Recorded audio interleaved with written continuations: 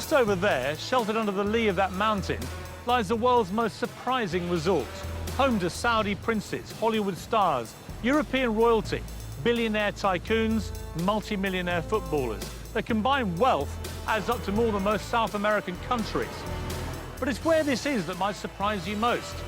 It's not Malibu or Monte Carlo. It's not Barbados or Bora Bora. No. That, my friends, hold on to your designer sunglasses, is Marbella.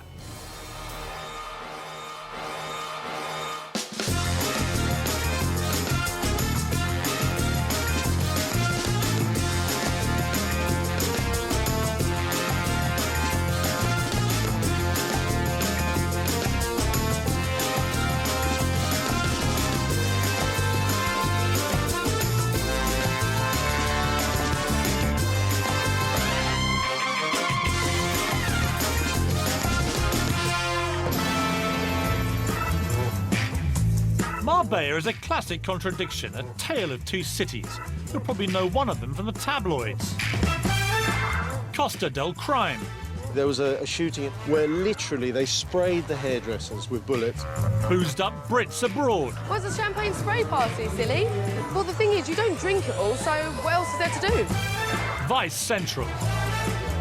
If I was running Marbella, then it would be cleaned up. But there's more to this town than binging Brits, wannabe wags and drug-fueled gangs. It's not Iron Napa. I'm going to show you a Marbella you may not even know exists. One that's not so much Costa del Crime as cost a hell of a lot. It's pretty ugly, but how much is it? 16,000 euros. 16,000 euros for a handbag? It's stuffed with million-pound mansions. We don't like big houses. You don't like big houses? What's this? Overflowing with luxury boats, oozing with flash cars, and has more than a few resident billionaires to go with them. This has got to be 10 million quid's worth, doesn't it? Could be.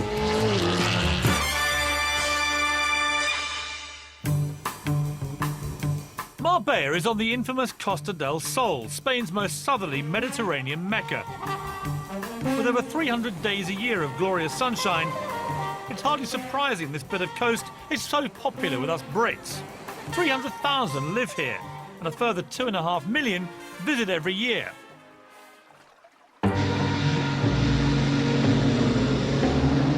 I'm driving the Golden Mile. It runs east-west alongside the Med and links Marbella's past and present.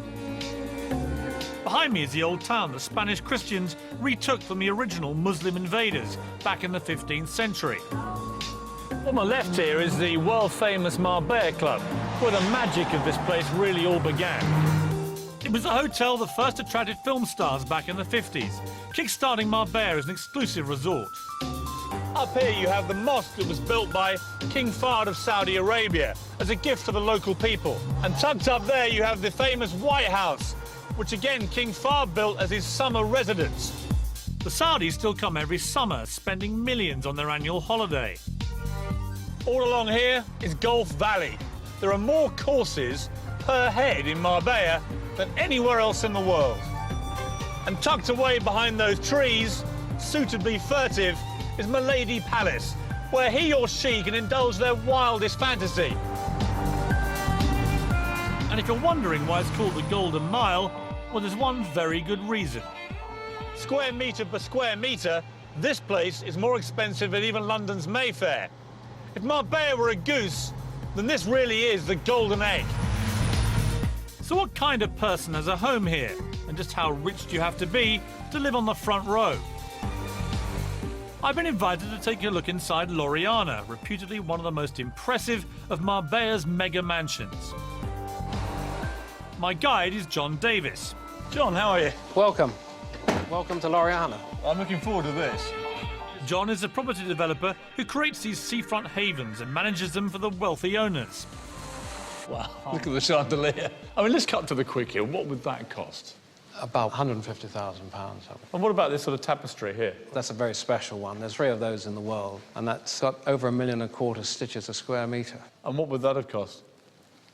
I think it's valued between 350,000 400,000. Wow. But that's just chicken feed. The rest of the carpets in the house cost a whopping £2 million. Thank goodness I didn't step in anything on the way. I'm not allowed to tell you who owns this place. Suffice to say, he's a British Knight of the Realm who's worth more than the Queen. And yet he only comes here for his summer holidays. The rest of the year, he lets it out. The colours are good today with the sea. Beautiful, absolutely beautiful. The main house is just 5 bedrooms, but there's a 3-bedroom holiday cottage under the lawn with his own pool and a grotto for the kids. A further 4-bedroom guest house in case friends pop round, and this, another 4-bedroom house in the gardens for the servants. Now, what have we here? Roman spa. Fully stocked gym, saunas, steam rooms, some strange bathing tool. Private cinema. Look at that. And of course, if you're super rich and you fall ill, what better than having your own little private hospital? So these aren't, are they? Oh, they're not real gold, but they're very expensive taps. Like what? Well, I would say for the main 4 or 5 bathrooms in the house, you're going to spend over €250,000. On taps? On taps, yeah. So, John, here's the master bedroom, and I could quite happily wake up to this every morning. Not bad, is it? And this is the view you would wake up to. Spectacular. Unbelievable. And tell me, as we stand here, I mean, if this was to go on the market tomorrow, what would it cost me? Very hard to value, Piers, but all I can tell you is it generates a very good rental income. Like what? It's been renting out for 15 to 20,000 euros. A month? A day. A day? Yeah. 20,000 euros a day? In the high season, 20,000 a day, low season, 15,000 minimum. And who pays that? I mean, what type of person? Those people. So taking that rental income as my guide, my calculations value this property at a staggering £70 million. Not exactly cheap at even half the price. And if you want to glimpse the kind of people who can afford that, you may want to try the port. We're coming now to the other end of the Golden Mile, the place that most Brits might assume is the real Marbella, and that's Porto Banús, with its fabulous, famous harbour. It's here that you'll find the glitzy bars and chic restaurants. Since its opening in 1970, Porto Banús has been associated with conspicuous consumption and sophistication. This is Bond Street with a tan. The port reflects an insatiable desire to be admired around here. And simply having a few million quid in the bank is nowhere near enough, because the bigger your boat, the nearer you want to park it to the restaurants. The more expensive the wardrobe, the more you have to dress up and show it off. And the flashier the car, the more you have to drive it round and round, trying to get noticed. Being a somebody in Marbella is bloody hard work. But those with cash love nothing more than spending it, which is not difficult in a place that's crammed with 40 of the world's top designer stores. Karen Brady, the ex-MD of Birmingham City Football Club and now sidekick to Lord Sugar in The Apprentice, owns a flat in the port. When it comes to shopping, she's in the Premier League. It would be rude not to, wouldn't it? Yes, I think it's very Yes, Karen I think Brady. so. I think. Come on. Hello. Looks like I've just been hired as an apprentice bag boy. And just when I thought we couldn't possibly shop any more, Fendi, now this has to be right up your street, isn't it? I do like Fendi, I have to say. You know, I've got 1 or 2 little Fendi pieces. So, I bet you have. yeah, no, it has to be said. I mean, I haven't seen a price tag yet. How much is all this gear? I think, Piers, if you have to ask the price, you can't afford it. but what all the wags really come here for is a quality handbag, no matter what the price. Excuse me, how much is this one? 16,000 euros. 16,000 euros for a handbag? Look, Piers. Who buys this stuff? Who buys it? Not exactly how most of their customers react, I imagine. So just how much money is sloshing around these shores? How rich are the people in Marbella? Oh, there's some really, truly, truly wealthy people. And lots of people that want to be close to the glamour. That's why they come to Marbella. That's why they're down in the port, they're in the shops. And they're all just here nosing around, seeing what's going on. You've got one side of it, which is very elegant, beautiful homes to live in, wonderful shops. Then on the other side, you've got the stag do's, the hen do's, the people staggering out of clubs at 5 o'clock in the morning. But actually, both sides are quite fun. You know, it's the Euro trash element of Marbella. So part of it's Euro and part of it's trash. Exactly. So there's cost a lot and cost a little. But in my tale of 2 cities, what is it that makes the rich want to live here? I'll be visiting a mountaintop housing estate for millionaires, where hardly anybody actually lives. I mean, we're talking 15 to 20 million Yes. for a place that is unoccupied. Oh, hardly any All of the them are time. occupied. As that one is down there. On the flip side, just how trashy is Marbella? And what's it like to end up on the wrong side of crime in the Costas? Woke up one morning to find out we'd been broken into. We'd been gassed, knocked out, so we didn't hear anybody in the house. Seriously, you were gassed? If you're super rich and fancy living in the sun, there are a number of options. There's Monaco for the snobs, for refined sophistication, the south of France, for exotic paradise, Barbados, and for raw excitement, you can't beat Miami. But Marbella, that's always struck me as a kind of poor man's Saint-Tropez, where lobster-red Brits come to guzzle their beer, scoff their chips, and read their daily current bun. So why is it that people who can afford to live anywhere on Earth come in such numbers to live in Marbella? Well, for one thing, there's the weather.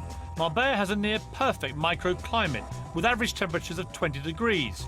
All well and good, but if you're a multi-millionaire, you don't want to be scrapping over your sun lounger. You want exclusivity, security, and the chance to lord it over everybody else. Well, head into the hills, and you'll find it. Down there is La Zagaleta, one of the most exclusive housing estates in the entire world. For starters, an average plot here will set you back a cool 4 million quid. A pretty penny for a chunk of hillside. But once you've built your luxurious mansion, you can probably expect to double your investment at the very least. It seems some places are just recession-proof. Construction is frenetic here, and property values rising all the time. It measures 2,200 acres and has 50 kilometres of road crisscrossing it. It also boasts 2 golf courses, stables, tennis courts, a bowling alley, a gourmet restaurant and a nightclub. But here's the weird thing about it. Most of the houses there remain empty all year long.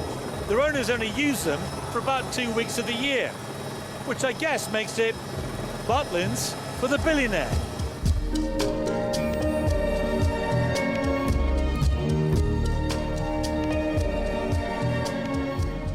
To get into this private hilltop hideaway, you need to be escorted from the main gate by a resident, or you might get shot. It's the little things like 24-hour armed security, dog patrols, CCTV, and a barbed wire perimeter fence to make a multi-millionaire feel secure. Inside, resident Graham Fisher is waiting to guide me the 3 kilometres to his particular slice of mountainside, where he lives with his wife Barbara, when they're not back at their Barbados residence, that is. Oh my God, look at the view. That's incredible. Isn't it? Well, that's why we bought this house, because that was the view. Graham sold his UK chemical company back in the 90s. Made enough money for him and Barbara to find themselves on Marbella's super rich list, albeit near the bottom, something they're endearingly embarrassed about. Is this one of the bigger ones in the area? Not, actually. Really? Where would it rank? It's one of the smallest, actually. No. It is. We don't like big houses. We're very happy. You don't like big houses? What's this? Well, we've got about 700 square metres, so what's that, 7,500 square feet of indoor living space. But you don't like big houses? But we've got pals here with 2,000 Oh, metre yes, houses. yes. So it's all relative Yes. in Marbella? Yes. Yeah. Look at the view. Huh? You've got from the port of Banús, Yeah. 180 degrees round to Gibraltar, and behind Gibraltar you can see Morocco. So that is actually, that's Africa? Correct. Wow. It's 20, that close. 20 miles away. You could Seriously? swim it on a good day. You could. Yes. If you're David Walliams, it's idyllic, safe and isolated. Perfect for hiding away. But all these houses are worth between 5 and 20 million. Yes. Yeah. Wow. It's not easy to find one for 5. But basically, it's There's a like few a Germans. secluded If you look over oasis here- for very rich people, right? And us.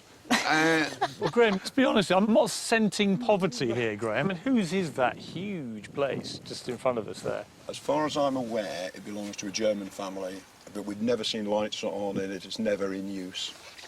I mean, we're talking 15 to 20 million Yes. for a place that is unoccupied. Oh, hardly any of All them the are time. occupied. As that one is down there. And there are a few Russians here. Yeah, the mayor of Moscow. The mayor of as well. Moscow has a house. Mayor of Moscow. I mean, do you ever sit here and think, actually, we're a bit lonely up here? Well, No, 'cause we've got well, lots of no, pals. because the English, well, we all stick together wherever we go, anywhere in the world. Well, I'd love to sit together with you. I haven't quite got the money, Barbara, to be honest with you. Oh, it's a great party house. Huh? We have some great I bet parties you do. out here. But it's, I mean, it is a very nice, secure place. That's why we feel came here, very really. comfortable. It is probably the Is most... it completely safe here? Yes. I would think it's probably one of the safest places in Europe. So the price of safety in this town is £20 million, give or take a few bob. An awful lot to shell out to ensure your parties aren't gate-crashed by unwanted visitors. But then this is the Costa del Crime. The stretch of coastline was first dubbed the Costa del Crime back in the late 70s, after some of our most notorious crooks came out here to enjoy the sun and to avoid getting nicked. While the UK and Spain were arguing over extradition treaties, the likes of Freddie Foreman, the craze enforcer, and Ronnie Knight, Barbara Windsor's gangster ex, were here enjoying their ill-gotten gains. And British hoodlums are still here, but things have changed.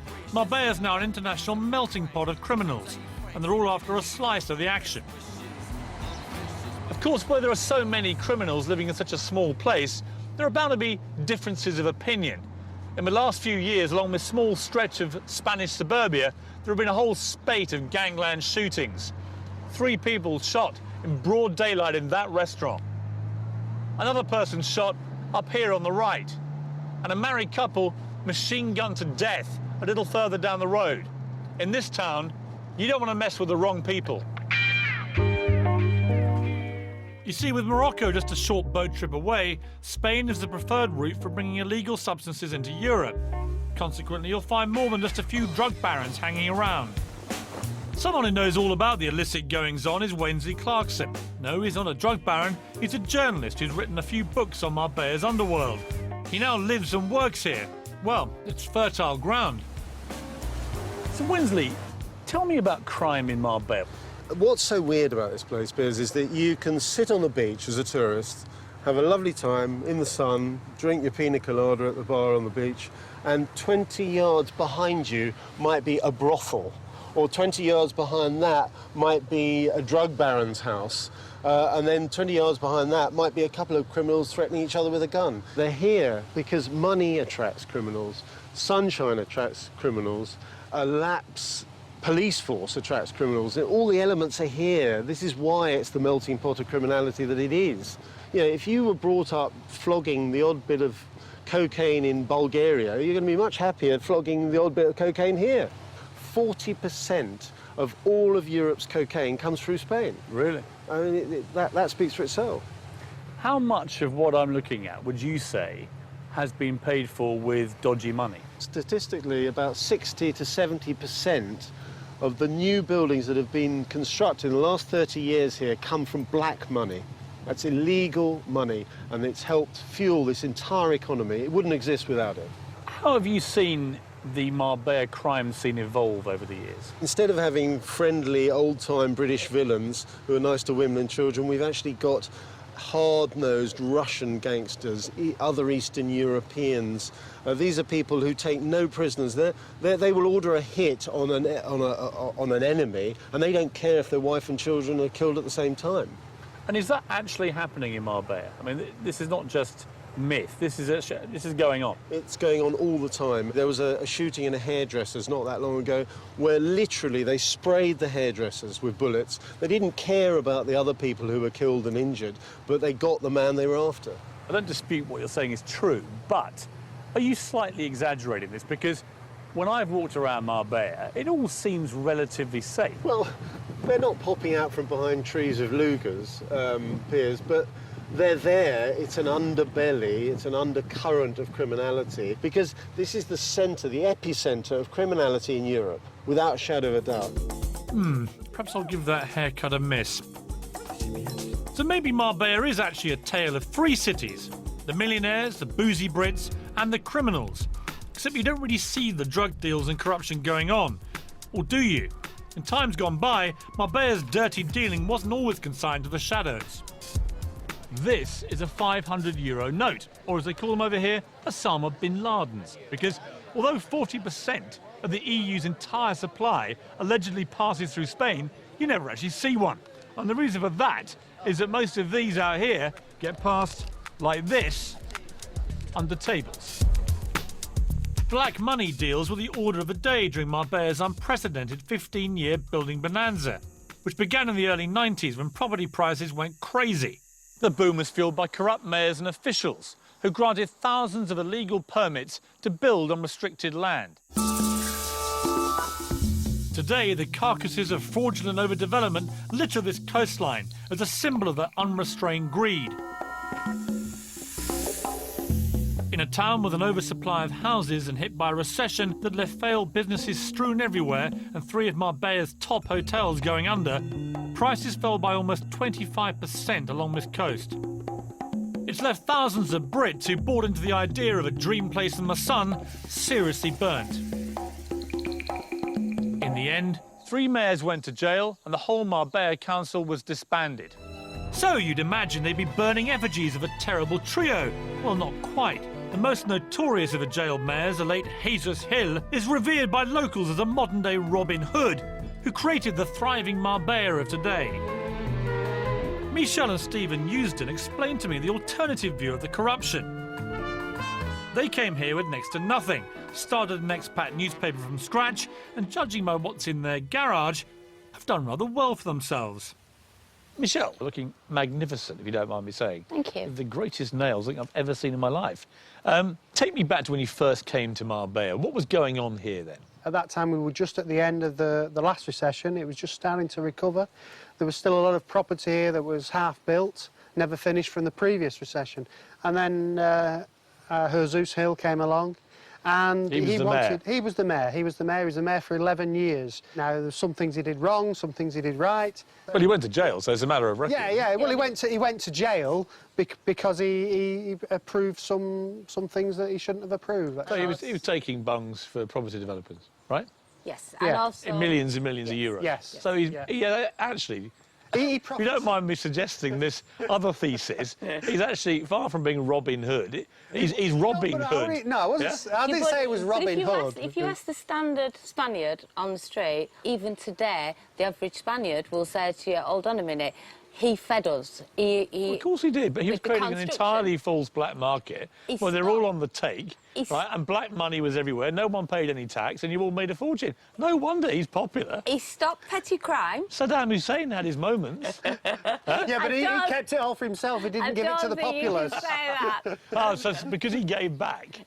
He's a hero. No, he's not a hero, but at the end of the day, his heart was in the right place, let's say. He was trying to promote Marbella. He kind of set the standard, though, for a series of unbelievably corrupt mayors. I mean, the whole place was swimming in dodgy cash, wasn't it? You can't say that. You have got... I can't say that, it's true. You've got... They're all in jail. How many Spanish...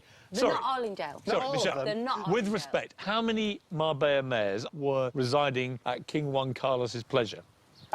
Well, at the time, there was 3. However... Just the 3 of them? You can't come to this country and say that there's corruption when you're... Yes, I can. They're all in jail. Well, there is, but there is that everywhere. And is it for the good or is it for the bad? Here, I think a lot of it was for the good. Of course, ironically, he then spawned with his behaviour the arrival of some pretty heavy criminal gangs. I agree with you. Know, gangsters. Yeah. And you yourselves, in the end, fell victim to these people. Yes. What was that?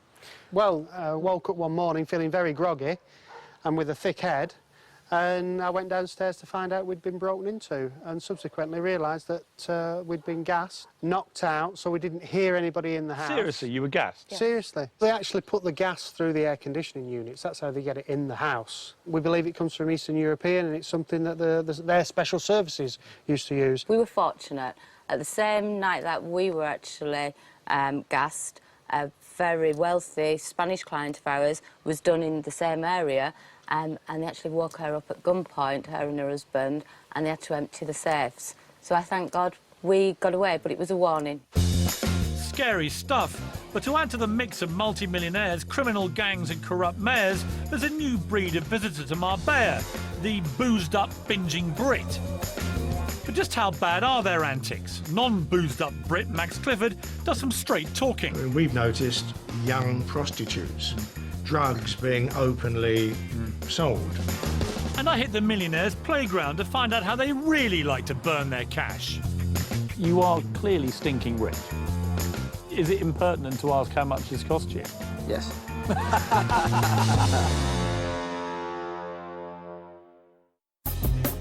As midnight approaches, Porto Banús becomes less swanky and more, well, you know what I mean. The sort of place you wouldn't let your daughter loose in without a chastity belt. There's no doubt that with the arrival of cheap flights a decade ago, a new type of tourist spewed forth on the plains, and they were looking for just one thing: a party. Marbella developed a Jekyll and Hyde personality. Whilst the front line has kept its upmarket glamour, the street behind has become decidedly more downmarket.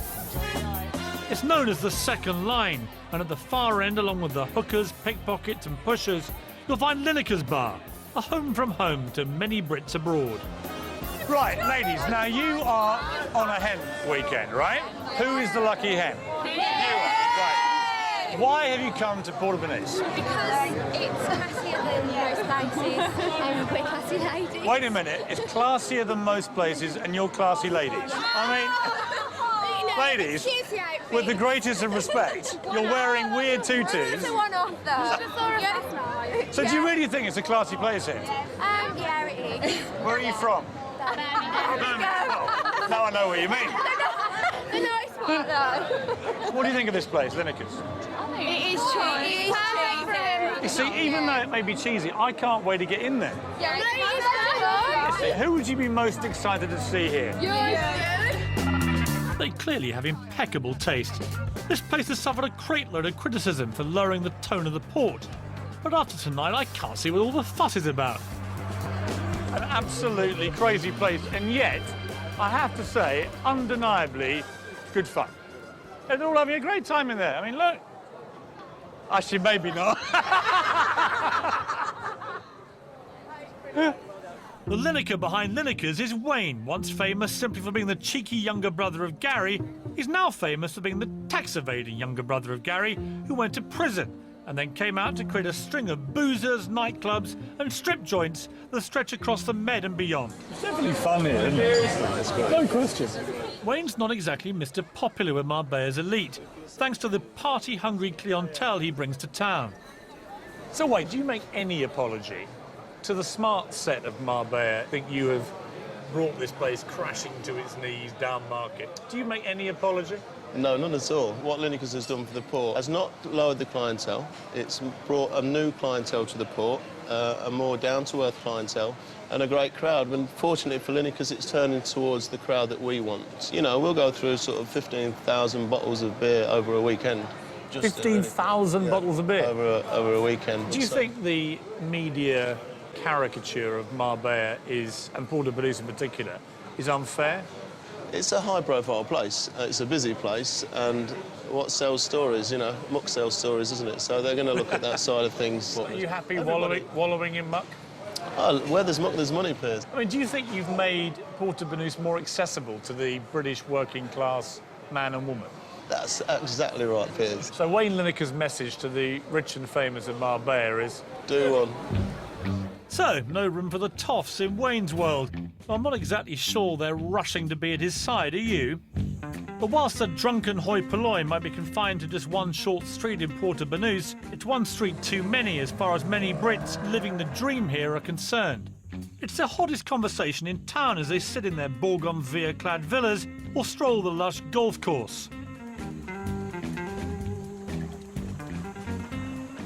Public relations guru Max Clifford and his gated community friends seemed positively militant when I caught up with them for afternoon tea.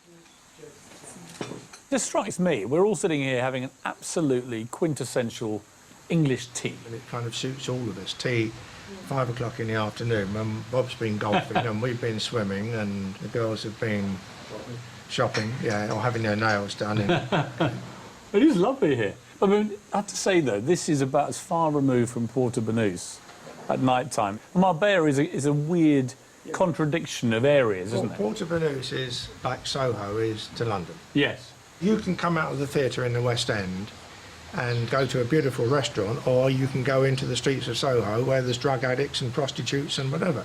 It's the same here.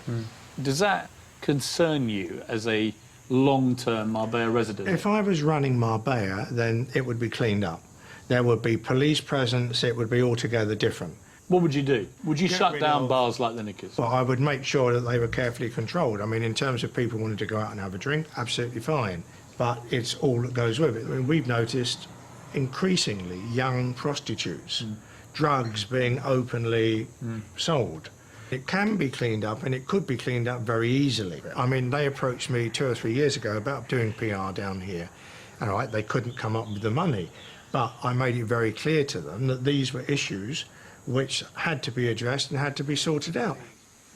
What do you charge these days to clean up a very badly tarnished reputation?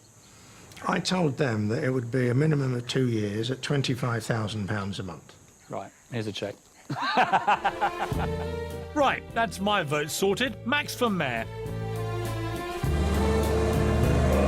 Back in the 50s, when this town first became a tourist destination, there were no image problems, because there was only one place to stay.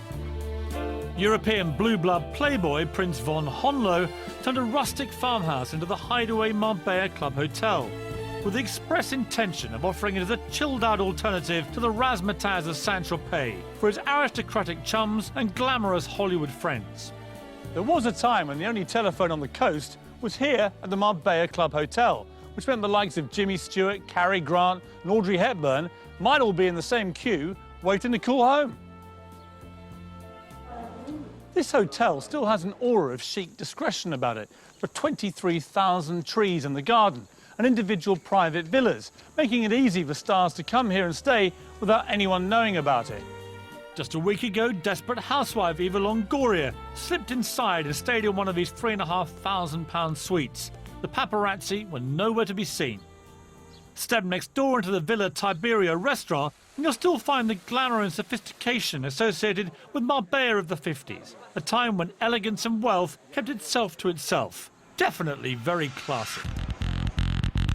But down on the port these days, it's more, if you've got it, flaunt it. And there are plenty of new money types who do. Well, if you've made a few million, why keep it to yourself? And if you really want to flash the cash, then head up the Ronda Road into the hills and burn some serious money with Marbella's top players.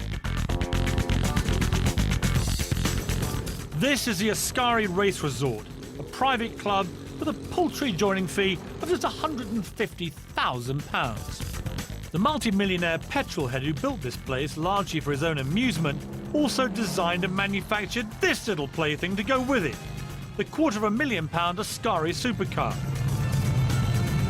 Klaus Vort is the 58-year-old high-tech inventor and one of Marbella's richest residents, whose money fuels it all. And his latest invention to make himself even richer is a finger scanner that's impossible to fool. It's all about fingerprints, right? It's not fingerprint. What is it? It's a radio scan of your 7th layer inside your finger. It's like something out of Star Trek. There's a good reason for all this security. My God. These are Formula One cars, These right? are all Formula One cars. All of them have been used in Formula One races. Proper Formula One cars. I'm now inside the most expensive toy box in the world. This has got to be 10 million quid's worth, hasn't it? Could be.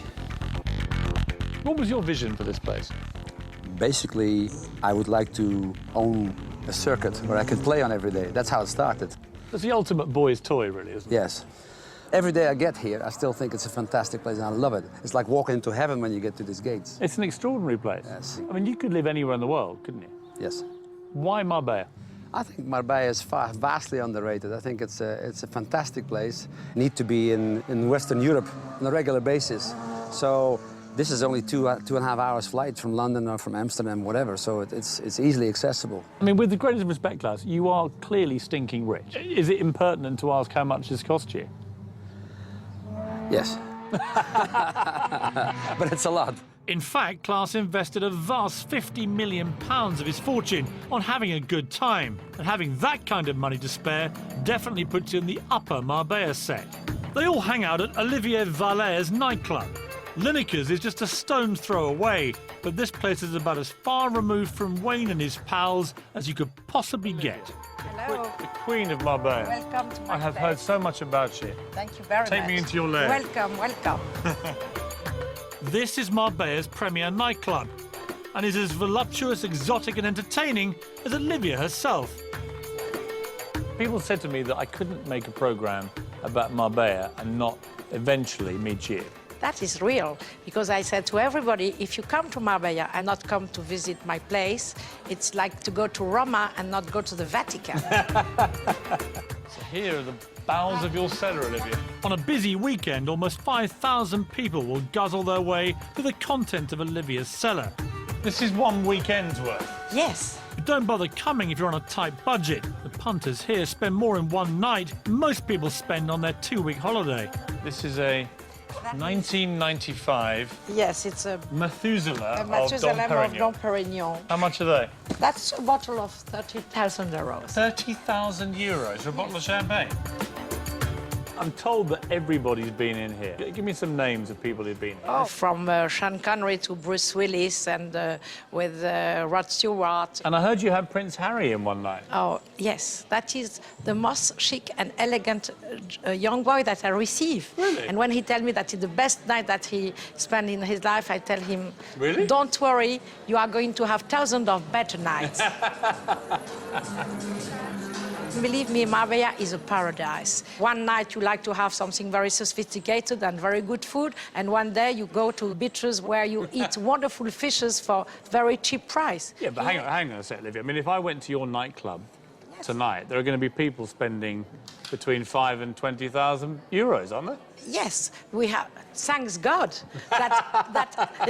Thanks God, because if there is only poor, it's a little contagious. I don't like to be so near than them. Quite right, Olivia. We certainly don't want you catching a dose of poverty in Marbella, now do we? So, it seems the rich here are very happy living their own wealthy bubble, buying themselves distance from the riffraff and locking themselves away from the criminals. So what does the future look like to anyone who's thinking of setting up shop in Marbella? James Hewitt is the latest immigrant to try his luck. Do you think Marbella is a pretty good place to reinvent yourself if your reputation has been a bit, you know, scallywag, cad, bounder? Thank you for repeating that again. And how do you down 120 bottles of champagne in just 2 minutes? Where's the champagne spray party, silly? Well, the thing is, you don't drink it all, so what else is there to do? Tell me I'm barking mad, that I'm a Jeroboam short of a Nebuchadnezzar. Or perhaps it's all this sun getting to my head. But everyone I meet in Marbella says exactly the same thing. This is the best place in the world for work, rest and play. But most people don't come here to work or rest, really. They come here to play in the sun, sea and sand. Oh, and also the giant red cups full of champagne as well. Here at Nicky Beach, I'd arranged to meet Bianca Gascoigne, daughter of football legend Paul Gazza Gascoigne. Have a quiet chat about the new Marbella. Well, quiet-ish. Now then, Bianca, here we are in your natural lair. Of course, yes. Nicky's Beach, Absolutely. Marbella. Seem to be a load of people over there Yes. just spraying champagne. Yes. Where's the champagne spray party, silly? What's that? Well, a champagne spray party is basically, it says what it is on the tin. It's a party spraying champagne. So they're all buying champagne? They're all buying champagne, For how yes. I'm not too sure, because obviously... Well, let's have a look. In a big group, obviously you So have... here we are, look. Yeah. The champagne here, Yeah. a Magnum of Cristal, Yeah. 1,945 euros. Yes. And this lot are spraying it all over each other. Yes. I mean, that's the most senseless waste of money I've ever seen in my life. And I thought the same. I thought the same. Basically, last time I was girls, we had 120 bottles of champagne. What do you do with it? Well, the thing is, you don't drink it all, so what else is there to do? Well, you spray it. Do you think in a recession, Bianca, that spraying champagne all over each other is a sensible thing to do? Absolutely not, but it's a fun thing to do. Ah, yes, fun. That'll pay the bills. And talking of bills, if you're a millionaire and you're not quite so keen on giving so much of your hard-earned cash to the taxman, there's another reason you might want to move to Marbella. As every local estate agent will tell you, on a good day you can see Gibraltar and Africa from here.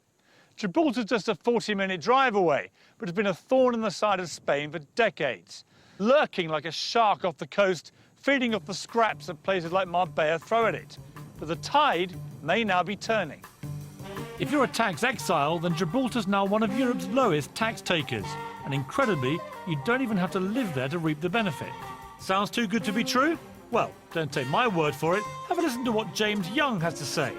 He's a Marbella millionaire who sold his pharmacy business in the UK and saved a fortune in tax by buying a flat in Gibraltar. I caught up with James on his £2 million Sunseeker. Pen and paper at the ready, everyone. So, James, I mean, you really are living the Marbella life, aren't you? I'm not quite sure about this. Well, let me spell it out for you. Yeah. Nice big yacht. Yes. Vintage champagne in your hand. Yes. The coiffured look of a man stinking of success, James. Wow. How do you plead? Guilty. Guilty, yeah. Yeah. I mean, it's maybe a daft question, but what made you leave Sunderland to come and live in Marbella? Well, before I sold the company, I took advice and applied to be a resident of Gibraltar. But you don't have to live there for any number of days as part of the deal. Exactly. I don't have to live even one day or spend one night there. Really? I can just spend my time in Marbella. So what is the tax in Gibraltar if you do that? Well, I didn't have to pay any capital gains tax on the sales price when I sold the company. Do you mind me asking what you sold it for? A few million, yeah. So basically, by buying a little place in Gibraltar, you ended up paying no tax on that at all? Yeah, that's right. If you'd done that in England, you'd have been paying... Exactly, capital gains tax at 10%. But on top of that is the inheritance tax, which is very important to me. So by being resident in Gibraltar, what would that be now, your inheritance tax? Nothing. Really? Nothing. My assets would be passed down to my children. And if I was in England, half of it would be going to Gordon Brown. But what has Marbella got that Sunderland couldn't give you, James? Well, it's got the weather, it's got the food, it's got the ambiance. I've been to Sunderland, don't worry. Yeah, right. yeah. So perhaps the reason this town is so successful is that just about anyone can come and make a life here. From millionaires to boozed-up revellers, and from aristocrats to criminals. They're all doing what they do here in Marbella. Armed with the idea that Marbella will accept anyone with open arms, Britain's ultimate cad traded his life in Chelsea for a new life here in the sun. This is Polo House, a high-class establishment serving tiffin to the toss. Well, actually, it serves posh nosh to anyone who'll pay for it. It's owned by one of my old tabloid targets, James Hewitt. Awesome guy, James. Awesome. For him, it's a whole new lease of life, a reinvention as restaurateur, rather than reality TV star, lettuce seller, and all-round bounder. And let's not mention the affair with the most famous woman of all time. James, we meet again. We do indeed. Very warm welcome. In slightly more... Friendly. Yes, friendly circumstances, yeah. Do you think Marbella, more than most places, is a pretty good place to reinvent yourself if your reputation has been a bit, you know, scallywag, That's cad, very bounder interesting. and so That's on? a very... Thank you for repeating that again. Scallywag, cad, bounder. You know what I mean, though? That actually this is a pretty good place to reinvent I think yourself. anywhere is a good place to go, other than England. No, I wouldn't have chosen it for any other reason than it had potential for developing a new business. Is it a big risk for you? Oh, yes. A huge risk. I mean, last year was quite worrying. I mean, worst possible time to launch a place like this, I would have thought. Well, I mean, one probably wouldn't have done it had one realised that the credit crunch was coming. How much of a draw here are you, personally, do you think? I hope very little. Because what I hear is that all the ladies in town No, you love are coming... joking. No, I'm serious. You are joking. No, You are like coming along here to meet James Hewitt, which obviously I find quite baffling, but it's true. Well, thank you for that. Well, no, I'm not going to kid myself. I mean, you know, I think that people are intrigued. I mean, I don't think it's necessarily me, but it's the person that they've read about or heard about. But I hope they find when they've been here that they like the place and they come back. And is there a lady in the life of James Hewitt at the moment? No. No? No. No time. No time. I mean, would it be a dream of yours that you could be remembered, perhaps, as James Hewitt, a successful restaurateur, rather than James Hewitt, ex-lover of Princess Diana? I mean, you can't expunge history, so... But excuse in me. terms of an aspiration for you personally? Yes, I mean, I'm trying to, you know, I have moved on. I'm going to continue to move on. And if that is accompanied by success, then I would have no complaints. Good luck. Thank you. I set off to investigate a tale of two cities. But Marbella has turned out to be a mini metropolis in my son, providing everything to everyone. Try and quantify exactly why so many people flock down here, and you'll be sipping your G&Ts for several days to come. But one thing's for sure, it remains at its heart somewhere that people come to live a dream, to retire, to party, to make a fortune, to spend a fortune, or even just to enjoy a great holiday. Marbella, whatever tickles your fancy, can offer it all.